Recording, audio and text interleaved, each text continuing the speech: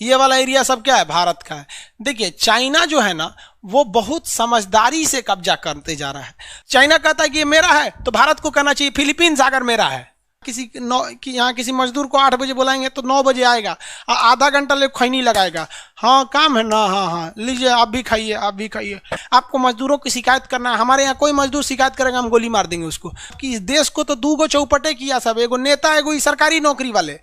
China का जो great wall of China है वो यहां से जाता था, ये है ग्रेट वॉल ऑफ चाइना। ये चाइना की दीवार है, यहां से यहां तक जाती थी। अब इधर मुख्य रूप से चाइना था उस समय। अभी भारत वालों को बोलना चाहिए कि भाई इसके इधर तो सब भारत का है, ये वाला एरिया सब क्या है, भारत का है। देखिए चाइना जो है ना वो बहुत समझदारी से कब्जा करते जा रहा है। तो इस समझदारी से बचने के लिए एक ही उपाय है, उल्टा सीधा ऐसा काम कीजिए कि जब कोई देश दूसरे देश के क्षेत्र को अपना बन रहा है तो पूरी दुनिया में इसका मजाक बन जाए। इस चाइना की नीति को, सोची समझी नीति को एक मजाक बना के रख दीजिए। भारत सरकार को भी कहना चाहिए, तुरंत कह देना चाहिए कि भाई पुराना नक्शा के हिसाब से अगर दक्षिणी चीन सागर चीन का है तो पुराना नक्शा के हिसाब से चीन, इसके इधर का एरिया चीन का नहीं है। नक्शा के हिसाब से ये भी देखिए ना, अब बाबा आदम के जमाने का नक्शा बना रहे हैं जो यहाँ पे, उल्टा सीधा जब डिसीजन लेंगे पूरी दुनिया में लगेगा मजाक बन जाएगा, ये सब समझ में आएगा। लेकिन जब जब विरोध करेंगे चाइना का उतना चाइना शक्तिशाली हो जाएगा। ये एक पॉलिसी होती है पढ़ाने की। तो आप चाइना को विरोध करके कभी नहीं हरा सकते हैं। जैसे चाइना कहेगा ना, चाइना कहेगा कि ये दक्षिणी चीन सागर मेरा है और आप कहेंगे तुम्हारा नहीं है, तो उस चाइना उसको जानना चाहता है कि इसको हम कहेंगे है तो लोग कहेंगे नहीं, तो जैसे हाँ ना कह के विवाद हो जाएगा और विवाद में वही जीतता है जो शक्तिशाली होता है। तो चाइना को पता है कि बस विवाद पैदा करो, जीत तो हम ही जाएंगे क्योंकि शक्तिशाली है। तो भैया विवाद पैदा मत होने देगा। चाइना कहता है कि ये मेरा है तो भारत को कहना चाहिए फिलीपींस अगर मेरा है। ले अब विवादे पैदा नहीं होगा, मजाक बन जाएगा। यहाँ पर फिलीपींस अगर मेरा है, भारत को लोग कहेंगे यहां से यहां तुम्हारा कैसे हो गया, तो कहे जैसे चाइना का हो गया वहां पे। हमेशा ना जब कभी आप इसे अपनी जिंदगी में भी अपनाइएगा कि अगर आप कोई आदमी गलत बोल रहा है, अगर आप सोचेंगे उसको काटें तो नहीं काट पाएगा, अगर वो थेथर है तो जी बात में काट देगा। यही चीज गवर्नमेंट इंडिया में भी लागू कर दी है। गवर्नमेंट जो है चुनाव जीतने के लिए अपने इंडिया में लागू कर दी है। जीडीपी भाड़ में गया, लेकिन अगर न्यूज चैनल पे आप कभी भी कह देंगे, सरकार का कोई भी व्यक्ति आप नहीं देखेंगे कि आके इस बात को स्वीकार कर रहा हो कि जीडीपी गड़बड़ है। वो यही चाहता है चाइना की नीति पे आके, मीडिया में आके कि जीडीपी विवाद हो जाए। अब विवाद हो जाएगा तो सरकार के प्रवक्ता इतने पढ़े लिखे हैं कि जीत जाएंगे। और ये जो विरोध वाले हैं इस साले गधा घोंचू हैं सब, इन सबको डिबेट भी करने नहीं आता है। अरे कम से कम क्लास कर ले तब तोरा बता देंगे कि विवाद अगर नहीं सुलझ रहा है तो उसे उस विवाद ना बना के मजाक बना दो। अगर सरकार का कोई प्रवक्ता जैसे संबित पात्र आके कहते हैं जीडीपी गड़बड़ क्या है, तो ये नहीं बोलो कि गड़बड़ है। सब ने तो बोलने लगता है हाँ जीडीपी गड़बड़ नहीं है, चाइना से आगे हम लोग की जीडीपी है, अमेरिका से भी आगे हैं हम लोग। ले अब वो कहेंगे कि अमेरिका से आगे हैं, नहीं हम लोग ब्रिटेन से आगे निकल गए, कोहिनूर हीरा वापस आ गया। आप बता दीजिए वापस आ गया। तो जब कभी भी जब कोई थेथराई करता है ना तो आप उस विवाद में मत उलझिए, उसको मजाक बना दीजिए। तो गवर्नमेंट ने चाइना से कुछ सीखा है या नहीं सीखा है, लेकिन ये जरूर सीखा है कि देश में अगर कोई मुद्दा हो, जैसे अभी मनीषा वाल्मीकि का जो बलात्कार हुआ, ये बलात्कार गलत है, सालों को इनकाउंटर क्यों नहीं हुआ, इस पे नहीं है। गवर्नमेंट बड़ा होशियार है, जानती है इसको विवादित कर देंगे, जहां विवादित होगा हम शक्तिशाली हैं, जीत जाएंगे। अब उसमें ससुरा ये आतंकवादी घटना थी, दंगा कराने के बाद था, रेप कहाँ हुआ है, हड्डी कहाँ टूटी है, हेन तेन। अरे भैया विपक्ष भी बकलोल है, विपक्ष को भी कहना चाहिए कि वाल्मीकि रेप कहाँ हुआ है, वो ऐसे मर गई है, सुसाइड कर ली होगी, हेन तेन अजीब कर दो ताकि उलझ जाए।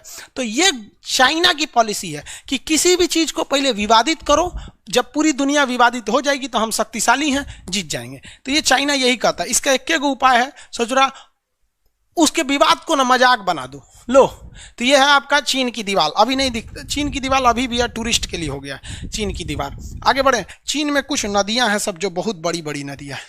एक नदी का नाम है ह्वांगहो नदी, हालांकि इससे भी भयानक नदी है, एक नाम है जिसका यांगटी सिकियांग नदी।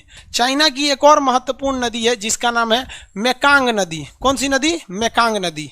ऐसे यहाँ 3 नदियां हैं, उसी तरह इस डायरेक्शन में भी 3 नदियां हैं। इस डायरेक्शन में अगर देखेंगे तो 3 नदियां। यहाँ एक झील है जिसका नाम है मानसरोवर झील।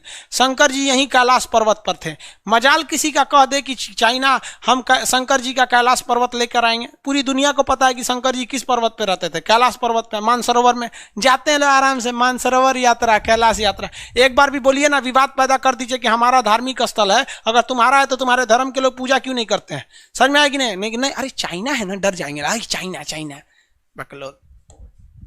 यहाँ मानसरोवर झील है, यहाँ से 3 नदियां निकलती हैं, एक सिंधु, एक सतलज और एक ब्रह्मपुत्र। सिंधु सतलज जाके आपस में एक में मिल जाती है। एशिया में जितनी बड़ी नदियां हैं सब चाइना से निकलती हैं। चाइना अगर सारी नदियों पे चाइना ने बांध बना के रख दिया है।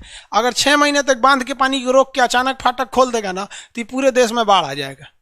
पूरे एरिया में क्या आ सकता है? बाढ़ आ सकता है। चाइना ने क्या किया, इतना डेवलप कैसे हो गया? चाइना ने ओपन मार्केट पॉलिसी अपनाया। पूरी दुनिया के लोगों से कहा कि देखो, आप लैपटॉप बनाते हो, कुछ भी बनाते हो, बनाते तो एक ही देश में हो, बेचते हो हर जगह। अगर तुम जाओगे अमेरिका में, तो अमेरिका में एक लेबर का जो एक दिन का खर्च है वो 2000 रुपया है। अमेरिका का लेबर रहेगा तो एक दिन में 2000 रुपया लेगा। चाइना कहता है हमारे यहाँ आओ, हम एक लेबर तुमको 200 रुपया में दे देंगे। 200 रुपया एक दिन का देना लेबर दे देंगे। तो कंपनियों ने देखा कि चलो हम अमेरिका में प्लांट डालेंगे तो लेबर खर्चा एक दिन का 2000 है, उतना 2000 में तो हम 10 गो लेबर चाइना में रख देंगे। और चाइना ने ऑप्शन दिया है कि अगर कोई लेबर काम ठीक से नहीं करता है ना, आप एक बार रिपोर्ट दीजिए, मोकरा भगा के दूसरा भेज देंगे। तो चाइना का हर आदमी पंक्चुअल है टाइम से, और हिंदुस्तान का कोई आदमी पंक्चुअल नहीं है। सरकारी नौकरी वाले इतना ज़्यादा कोढ़िया किया है साहब कि इस देश को तो 2 गो चौपटे किया सब, एगो नेता एगो ही सरकारी नौकरी वाले। और जब सरकारी नौकरी को प्राइवेट करेंगे मोदी जी ना, तो सब प्राइवेट वाला चिल्लाएगा सब सरकारी वाला कि हमको प्राइवेट कर रहा है। अरे तू करता क्या है? तुमको एगो सैलरी चाहिए, उस पे से घूस चाहिए, और नहीं तो काम अटका देंगे सब। उल्टा से एगो पेपर अटक गया, कोई दिक्कत नहीं। आपको अगर एग्जांपल देखना है तो स्टेट बैंक में आप खाता खुलवाइए, देखिए नानी मर जाएगी खाता खुलवाते खुलवाते, और जाके एचडीएफसी या किसी प्राइवेट बैंक में खाता खुलवाइए। उसको कुछ नहीं, बस अपना आधार कार्ड फोटो दे दीजिए, घरे आके खाता खोल देगा। लेकिन वो नहीं खोलते हैं सर। जब यही मोदी जी कहेंगे कि एसबीआई को प्राइवेट कर देते हैं, तो एसबीआई वाला चिल्लाएंगे सर काहे प्राइवेट कर रहे हो? अरे भैया तुम्हारे वजह से जनता प्राइवेट है। यही वजह है कि जब कभी सरकारी चीजों को मोदी जी प्राइवेट करते हैं तो कोई पब्लिक साथ नहीं देने जाती है। वही लोग इसका विरोध करते हैं जो सरकारी नौकरी करना चाह रहे हैं या ऑलरेडी सरकारी नौकरी में है। आप लोग को भी कहते हैं जिस दिन जॉब लगेगा ना, आप लोग खुद बचा सकते हैं। ऐसा काम कीजिएगा कि लोग कहें कि नहीं सरकारी तो अच्छा है, काहे लिए इसको प्राइवेट कर रहे हैं लोग। लेकिन जनता का, मोदी जी इसको पकड़ लिए हैं कि जनता का समर्थन नहीं है सरकारी वालों को। एक बार नौकरी मिल गया कौन पूछता है काम को। चाइना में ऐसा नहीं है। चाइना में अगर आप काम नहीं करेंगे अच्छा से तो भगा देगा आपको, आप खटते रहिए। तो देखा गया कि वहाँ चाइना में डिसिप्लिन बहुत ज़्यादा है। अगर वहाँ किसी वर्कर को बुला दिए 8 बजे तो वो 8 बजे आएगा। यहाँ किसी मजदूर को 8 बजे बुलाएंगे तो 9 बजे आएगा, आधा घंटा ले खैनी लगाएगा। हाँ काम है ना, हाँ लीजिए आप भी खाइए, आप भी खाइए, हाँ 9 बजे। साला जब वो आएगा ना तो उसको अपना टाइमिंग नहीं दिखेगा कि हम 8 बजे की जगह 10 बजे आ रहे हैं। और जब उसको जाना होगा 5 बजे ना, तो 4 बजे से कपड़ा वपड़ा हाथ धोना तैयार करें, मतलब उसको जाने का टाइम हुआ दिखेगा, आने का नहीं दिखेगा। तो हर जगह यही चीज़ें चाइना ने कंट्रोल किया जो दुनिया में अन्य जगहों पर हो रही थी। पूरी दुनिया के लोगों को कहा कि देखिए आपके यहाँ मजदूरों की ये समस्या है, ये है, आपको मजदूरों की शिकायत करना है। हमारे यहाँ कोई मजदूर शिकायत करेगा हम गोली मार देंगे उसको। वहाँ 10-15 को मजदूर को गोली मारा, बाकी कोनो मजदूर शिकायतें नहीं करता, आएगा टाइम से काम करके टाइम से चल जाएगा। यहाँ पर ये देखा विदेशी कंपनियों ने तो चाइना में चली गई। चाइना ने कहा कि आप टेंशन नहीं लीजिए, हम आपको सड़क देंगे, आपको कहीं जाम हम नहीं फंसेगा। हिंदुस्तान में अगर सुधा दूध वाला आ रहा है ट्रक लेके, जाम में फंस जाएगा उसका 3 घंटा, गांधी सेतु पुल पर उसका आधा दूध ट्रके में फट जाएगा वहाँ पे। यहाँ पे चाइना का ये सब समस्या नहीं है, हम आपको इकोसिस्टम देंगे, हम यहाँ पर 1 नंबर व्यवस्था देंगे। यहाँ कोई लेबर यूनियन नहीं होगा। हमारे यहाँ कोनो लेबर को कोई सस्पेंड कर दिया, हमारी मांगे पूरी करो, हड़ताल मारो, फैक्ट्री जला दो, ये कर दो, मारा चाइना धज्जी उड़ा के रख दिया। तो कहीं ना कहीं अपनी बर्बादी के लिए हम लोग भी जिम्मेदार बन जाते हैं। सरकारी कर्मचारी वाला उतना अच्छा से काम नहीं करते हैं। तो चाइना बहुत डेवलप कर गया, इतना इकोसिस्टम कर दिया कि पूरी दुनिया की कंपनी यहाँ आने लगी। अब सिंपल से समझिए ना, एप्पल कंपनी जो है सेम मोबाइल अगर कैलिफोर्निया में बनाती है और वही मोबाइल कोई चेंजिंग नहीं करके चाइना में बनवाती है, तो चाइना में लेबर कॉस्ट सस्ता होने की वजह से कैलिफोर्निया में बने मोबाइल में और इस मोबाइल में लगभग 20,000 का अंतर आ जाता है। तो कौन कंपनी कौन खरीदेगा? वही मोबाइल अगर कैलिफोर्निया का बना है तो 1 लाख में, और वही मोबाइल अगर चाइना का बना है तो 80,000 में। दोनों तो एप्पल है, दोनों में सारी चीज़ें सेम होती है, बस उसके अंदर क्या है, लेबर कॉस्ट ज़्यादा थोड़ा सस्ता है और लेबर फुल टाइम वर्क करके देते हैं और वो स्किल्ड लेबर देता है। ऐसा नहीं कि लेबर स्किल नहीं है, हमारे पास लेबर मल्टी टैलेंटेड है, स्किल्ड कोई नहीं है। हमारे यहाँ लेबर को कहेंगे पेंट मार दो, कहेंगे हाँ पेंट मार देंगे, कहोगे ईंटा ढो तो ईंटा भी धो देगा, कहेगा गाड़ी चला लेते हो, हाँ साइकिल चला लेते हैं, हर काम में कर देगा। चाइना में ऐसा नहीं है, उसके यहाँ स्पेशलिस्ट हैं सब। अब बहुत बेहतरीन ढंग के स्पेशलिस्ट हैं। इस वजह से इंडस्ट्रियल हब बन गया चाइना, और उसके अंदर डिसिप्लिन भयानक है। एक बच्चा नीति, यानी चाइना में एक के बच्चा हो सकते हैं तो एक के, और हमारे यहाँ तो होने दो ससुरा, कोई दिक्कत नहीं है, पैदा करते रहो। महिलाओं ससुरा लोल हैं, ओकनियों के अच्छा लगता है 8-8 गो पैदा करना वहां पे। उसके बाद कहेंगे से बीमारी हो गई लो, हमारा यूटरस खराब हो गई, बच्चेदानी के ऑपरेशन करी लो। रे लोल कहीं का, तू फैक्ट्री बनैले तो का पूछेगा कोई यहाँ पर। लोल तो वो होती है सर ना, महिलाएं सब सीधे कह देंगी सर नहीं बच्चा होगा। कौन जानता है, पति गया ऑफिस में, एगो दवाई खा लो, बच्चा खत्म कहानी यहाँ पे ना। हमारा बाबू अपने मजा आता है इतना लेके ढोले में, तो क्या कहेंगे वहां पे, समझिए यहाँ ध्यान से। तो चाइना बहुत ज्यादा स्ट्रिक्ट रूल होने की वजह से फॉलो हो गया, और हमारे यहाँ ऐसा नहीं। दूसरा, चाइना में चुनाव का झमेला नहीं है, वहाँ एक ही पार्टी है और 10 साल के लिए चुनाव होता है। हमारे यहाँ सबसे बड़ी समस्या कि एक बार चुनाव होगा प्रधानमंत्री का, और हर साल चुनाव होते रहेगा मुख्यमंत्री के लिए। जैसे देखिए अभी बिहार में हो रहा है, अगली बार कहीं और होगा, अगले साल कहीं और होगा। तो हमारे यहाँ के नेता 4 साल में 5.5 साल तो चुनाव में बिजी रहते हैं सब, तो इसलिए डेवलपमेंट का एक और रास्ता कम होता है।